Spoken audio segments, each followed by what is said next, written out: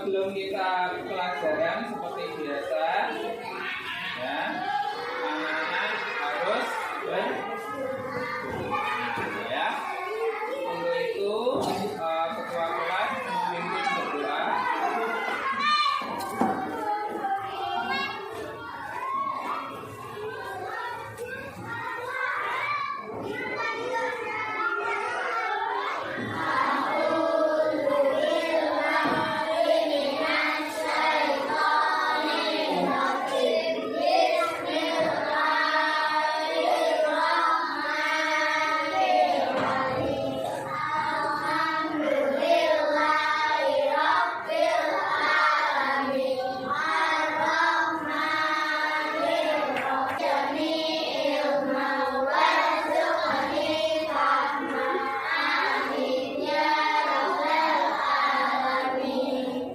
Bagaimana kabarnya? Baik. Semangat pagi. Yes. Apa kabar? Alhamdulillah, luar biasa, sehat selalu. Yes. Tepuk semangat.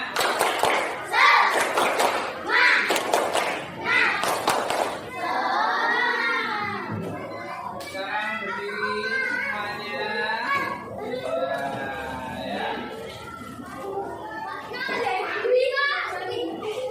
Maju ya kita.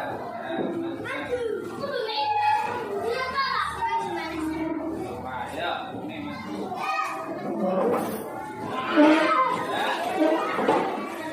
Nah, kita akan menyanyi Belajar Pancasila. Ya, semuanya berdiri. Berdiri. Ibra, ya, mulai ya. 1, 2, 3. Belajar Pancasila, beriman dan bertakwa pada Tuhan Yang Esa dan berakhlak mulia, berkebinekaan global, gotong royong mandiri, kreatif dan bernalar kritis. Belajar Pancasila, beriman dan bertakwa pada Tuhan Yang Esa dan berakhlak mulia, berkebinekaan global, gotong royong mandiri, kreatif dan bernalar kritis. Masih tetap berdiri. Ya, tak lupa konsentrasi. Yang tidak konsentrasi dapat terasi. Ya, oke. Siap ya? Sesuai instruksi Pak Guru. Ya. Oke. Kita siap konsentrasi. Ya. Yang sebelah kanan siap. Valen. Yang sebelah kiri Hanan. Yeri. Oke ya. Nah, sesuai instruksi Pak Guru, kamu pegang yang Pak Guru bilang ya. Oke.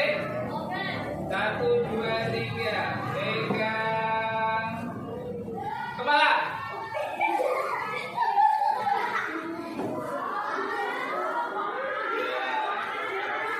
Pegang mulut. Pegang bau.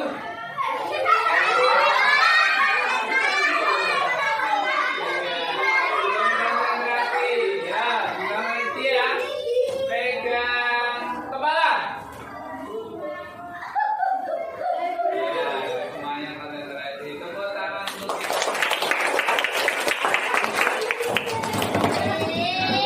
Nah, untuk itu kita akan mengecek kehadiran peserta ya. Nah, ada yang tidak berangkat? Ya, Maria tidak. Nah, oh Rosi. Oh, gitu. Ya,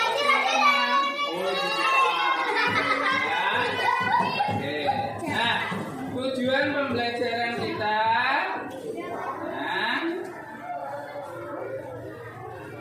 Nah, yang pertama adalah tujuan pembelajaran yaitu bab 5 ya. Yaitu apa? Identifikasi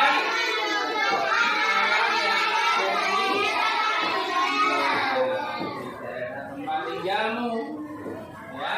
Nah, di daerah tempat tinggalmu sekarang kamu di mana? Di kota Pekalongan ya. Tepatnya di desa apa?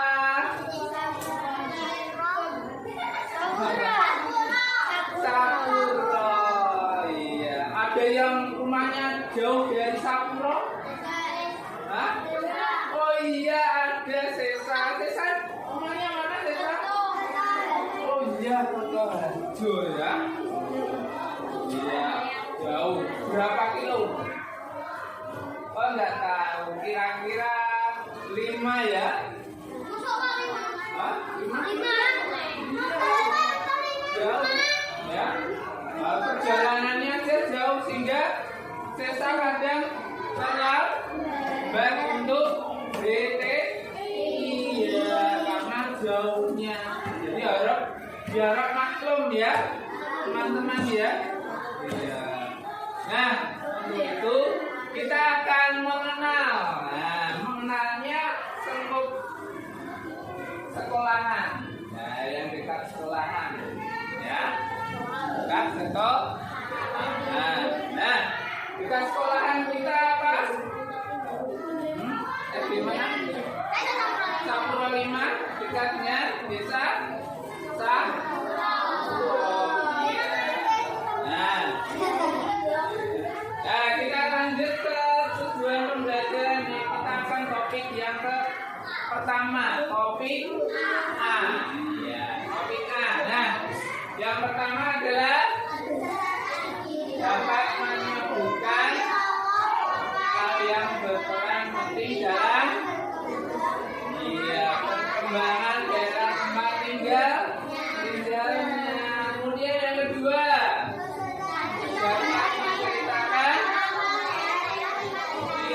awal mula daerah tempat tinggalnya. Ya, kemudian yang ketiga,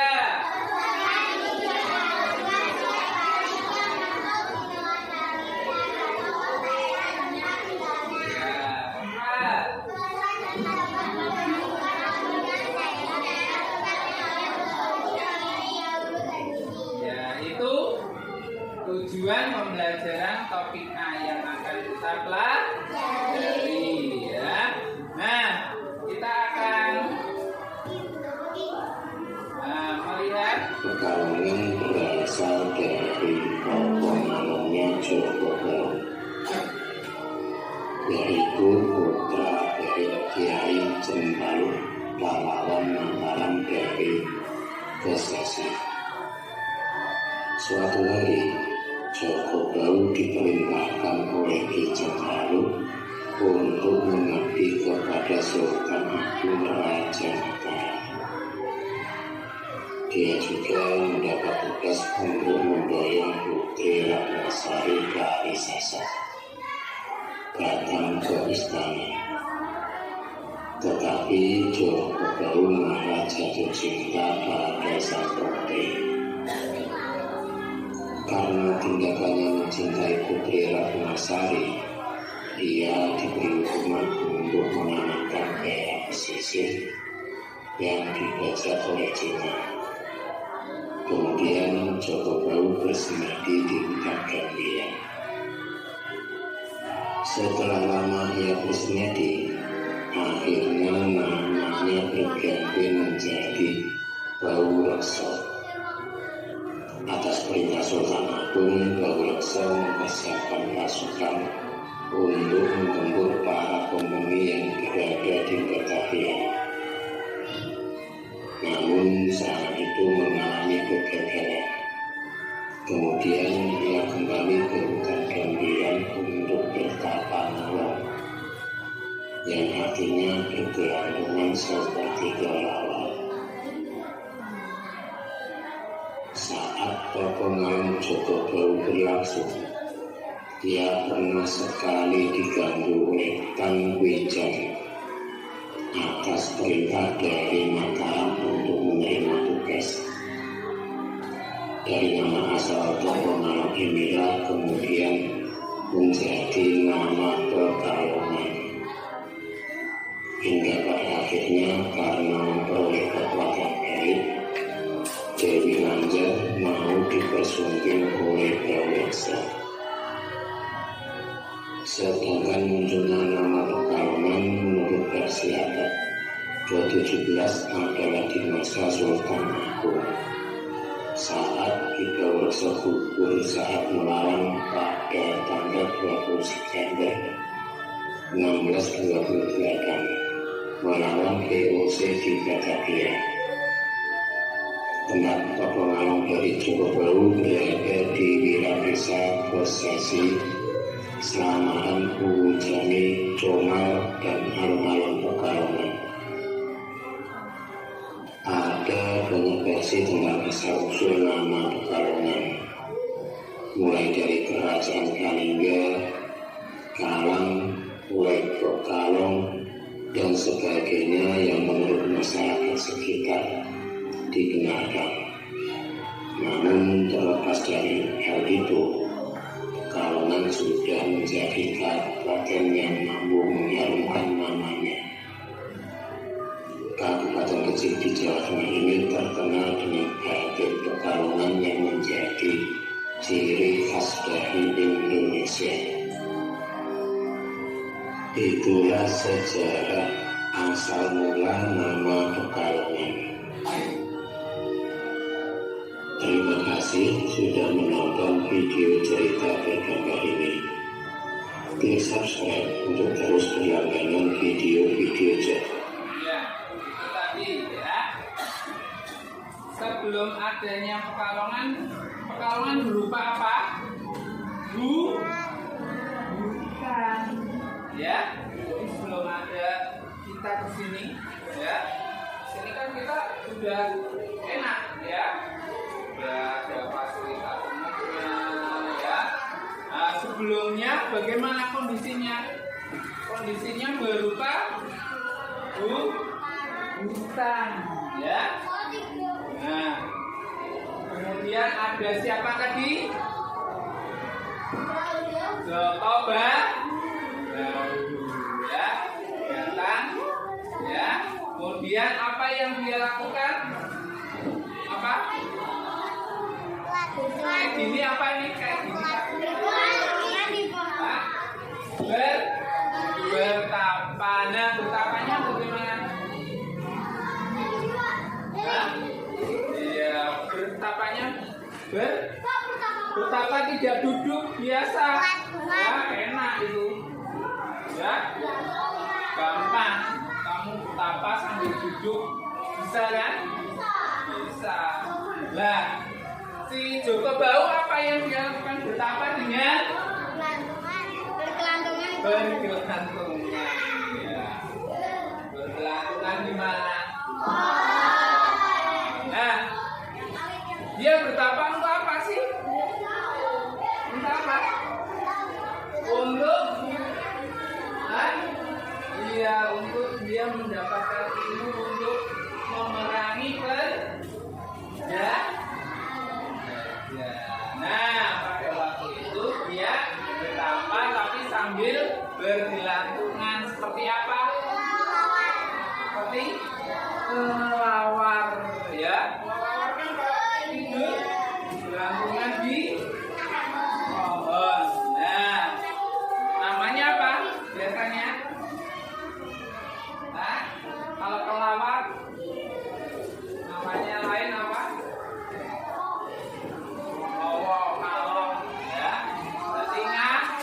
Ngalong dia, ya.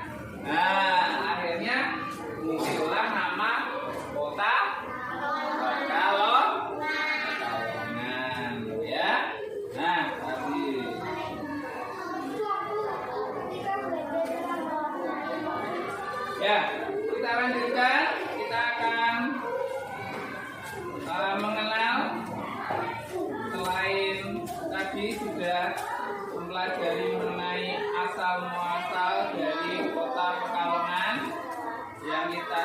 hati.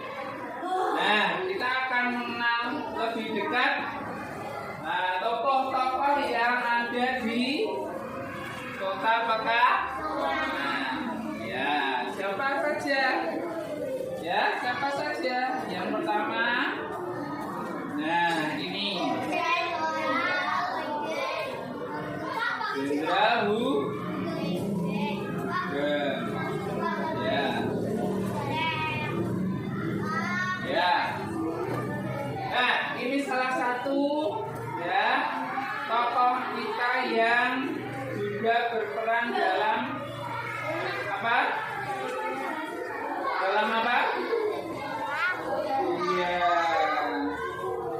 Dalam perkembangan di Kota Pekalongan dan juga lebih meluas cukup nasional. Namanya siapa ini?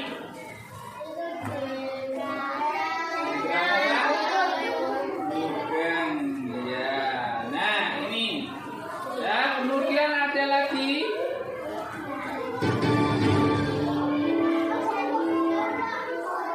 Ya, ada lagi.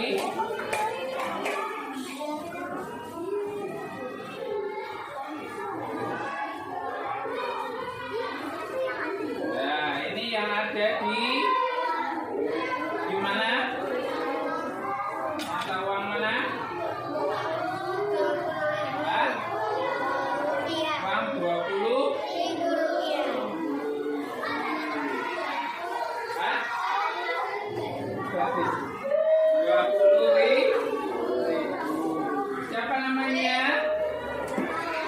Namanya ya, Muhammad Rum. Fotonya mana ya? Ini ya. Ini gambarnya ya. Terus yang kedua, siapa namanya?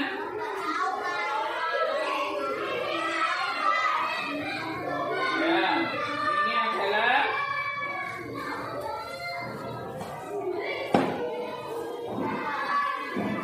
ya, nah, ini.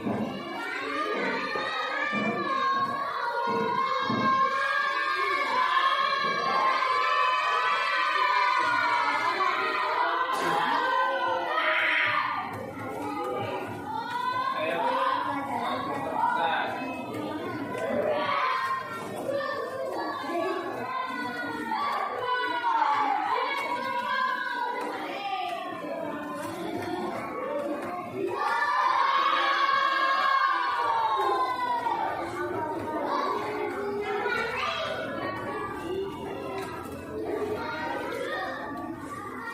Ya, ini apa namanya? Foto Iskandar di mata sama ya? Sama ya?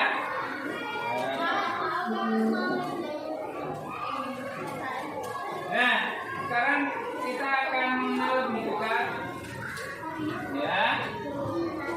Kita akan melihat ceritanya, sepak terjangnya.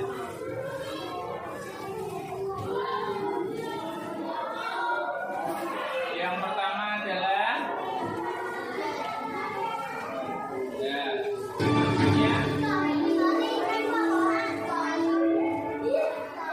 Jenderal Hugeng, Jenderal salah satu teladan dan tokoh polisi Indonesia yang terkenal jujur dan anti korupsi. Memiliki nama asli Hugeng Imam Santoso, yang rasanya adalah salah satu tokoh kepolisian Republik Indonesia yang pernah menjabat sebagai Kepala Kepolisian Negara Republik Indonesia kelima, yang bertugas dari tahun 1968 hingga 1971. Berbeda dengan polisi lainnya di masa itu, Hugeng tidak mempan suap. Baginya, lebih baik hidup larat daripada menerima suap atau korupsi.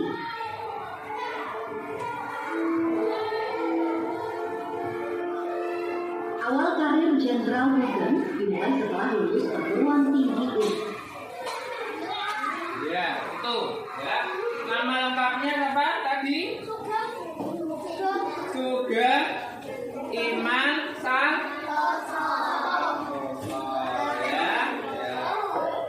kamu masih apa? Masih? Hah? Oh, belum lahir. Nah, ya pasti karena apa?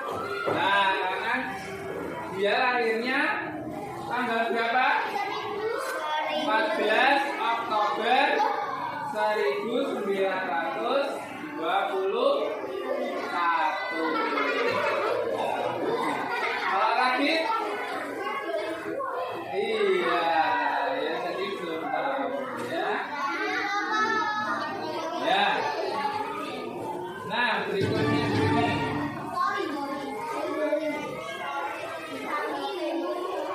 Satunya ya.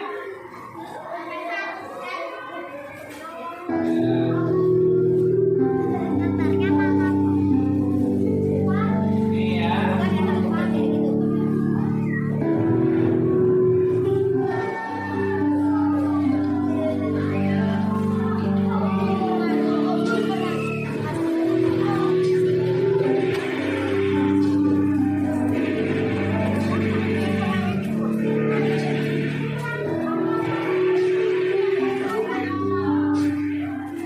Raden Otto Iskandar Dinata atau lebih dikenal dengan nama Otto Iskandar Dinata adalah pahlawan nasional Indonesia.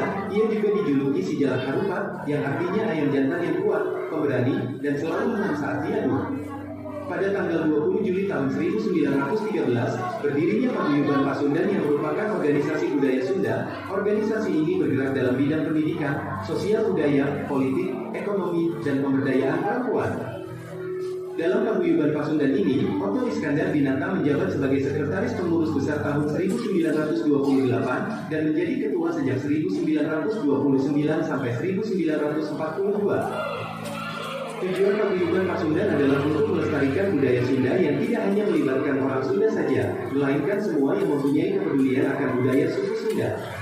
Pada saat bertugas di Pekalongan, tepatnya pada tahun 1925, Otto Iskandar Dinata terjun ke organisasi Budi Utomo. Tujuan organisasi Budi Utomo adalah untuk kemajuan serta meningkatkan derajat bangsa Indonesia. Berkat aktivitasnya yang menarik perhatian masyarakat Pekalongan, Otto pun dipercaya untuk menjadi anggota Demonstrat atau Dewan Kota Pekalongan. Ia juga menjabat sebagai Wakil Ketua Budi Utomo Cabang Pekalongan dan merangkap sebagai Komisaris Investor Budi Utomo.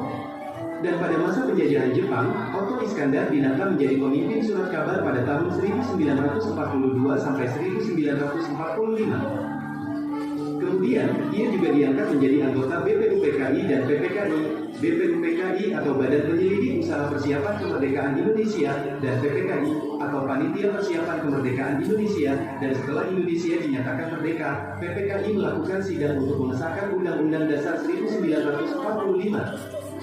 Kemudian, Otto Iskandar Dinata menjabat sebagai Menteri Negara pada Kabinet pertama Republik Indonesia pada tahun 1945. Ia bertugas untuk melakukan persiapan pembentukan BKR atau Badan Keamanan Rakyat dari laskar-laskar rakyat yang tersebar di Indonesia.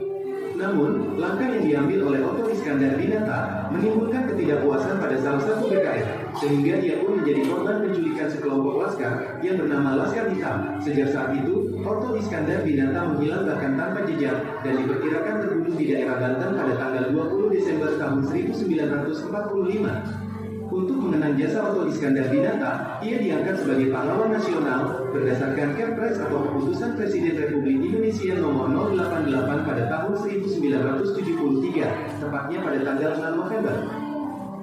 Dan dibangun Monumen Pasir Pahlawan yang berada di Lembang, Kabupaten Bandung Barat, untuk mengabadikan perjuangan Otto Iskandar Dinata. Selain itu, namanya juga diabadikan menjadi sebuah mata uang Indonesia.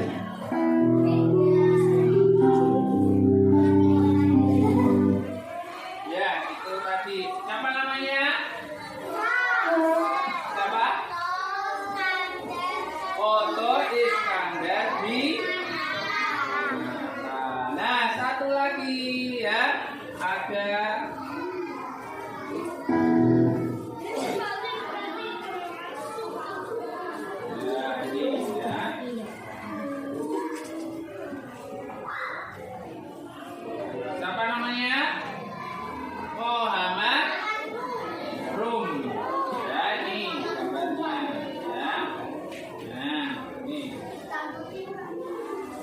nggak? Yang belakang kelihatan nggak?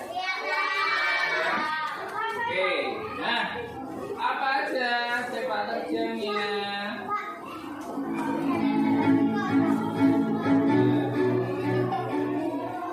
Muhammad Ali merupakan kelahiran Tarakan, Temanggung, Jawa Tengah pada 16 Mei 1902. Ia merupakan putra dari Guru Karmen Julius Asmito dan Siti Khadijah.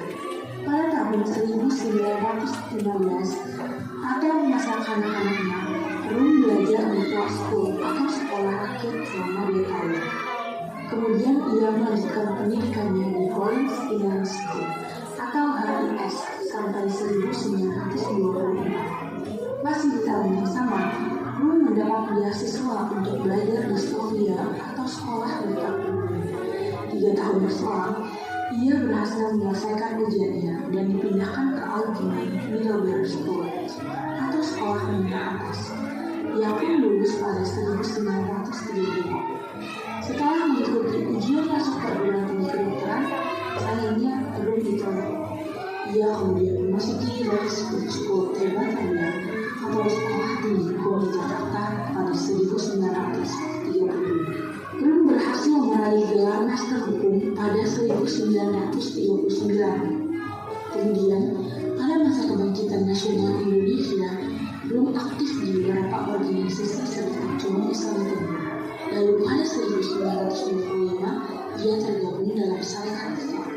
Lepas dari kebangkitan, pada masa revolusi, Rum menjadi anggota delegasi Indonesia di Perundingan Megamendung tahun 1945. Selain itu, Rum juga diberi mandat sebagai Menteri Dalam Negeri Indonesia keempat pada 2 Oktober 1946 hingga 3 Juli 1947 dalam Kabinet Syahrir. Ia juga menjadi delegasi Indonesia pada perjanjian Renville, yaitu tahun 1948. Dua perjanjian tersebut menjadi upaya Indonesia untuk membebaskan diri dari Belanda. Pada 1 Desember 1948, Belanda tidak lagi terikat dengan perjanjian Renville. Untungnya, pada 19 Desember, Belanda kembali menyerang ibu kota Indonesia, Yogyakarta. Serangan ini juga disebut sebagai agresi militer Belanda II. Perserikatan Bangsa-Bangsa pada 4 Januari 1949 memerintahkan Belanda dari Indonesia untuk berhenti melancarkan operasi. Ya, itu tadi. Siapa namanya? Muhammad Rum, ya. Nah, itu tadi tokoh dari kota Pekalongan, ya, yang juga berkecimpung dalam perjuangan kemerdekaan Republik Indonesia. Nah, itu kalian sudah mengenal dan juga mengerti apa yang mereka perankan, kemudian tokoh asalnya, ya. Nah, untuk itu Pak Guru memiliki LKPD ini, ya, yang harus kalian kerjakan. Nah, untuk mengerjakannya ada, ya, harus kita buat ke kelompok, ya.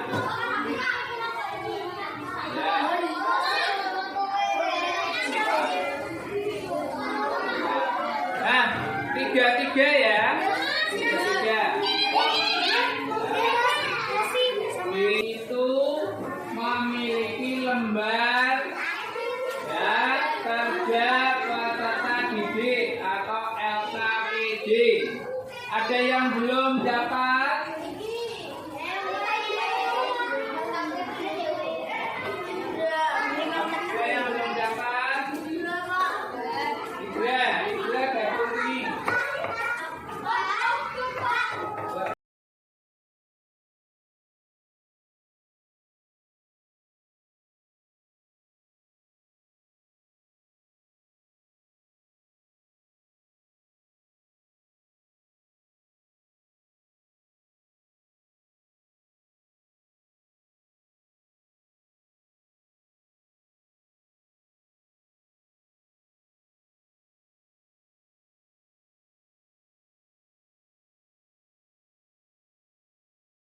Loh, kamu sudah belajar ya harus tahu ya. Oke, kalau nggak tahu nanti bersama-sama mencoba supaya jadi juga bisa ya. Oke, hitungan 3 ya, baca ya. Pak Guru aja. 1, 2, ya 3 tok loh ya. 3 tok ya. Nah, sekarang ini apa? Dibuka.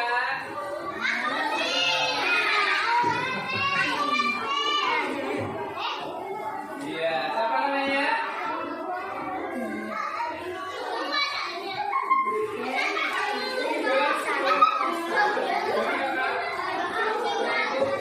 Jaga. Ya udah, kurang keras janunya. Kamu dengarnya. Ya, betul ya. Dan dia sebagai apa? Polisi. Ya, polisi yang bagaimana? Jujur, ya pintar sekali Janu. Ya, jadi menjadi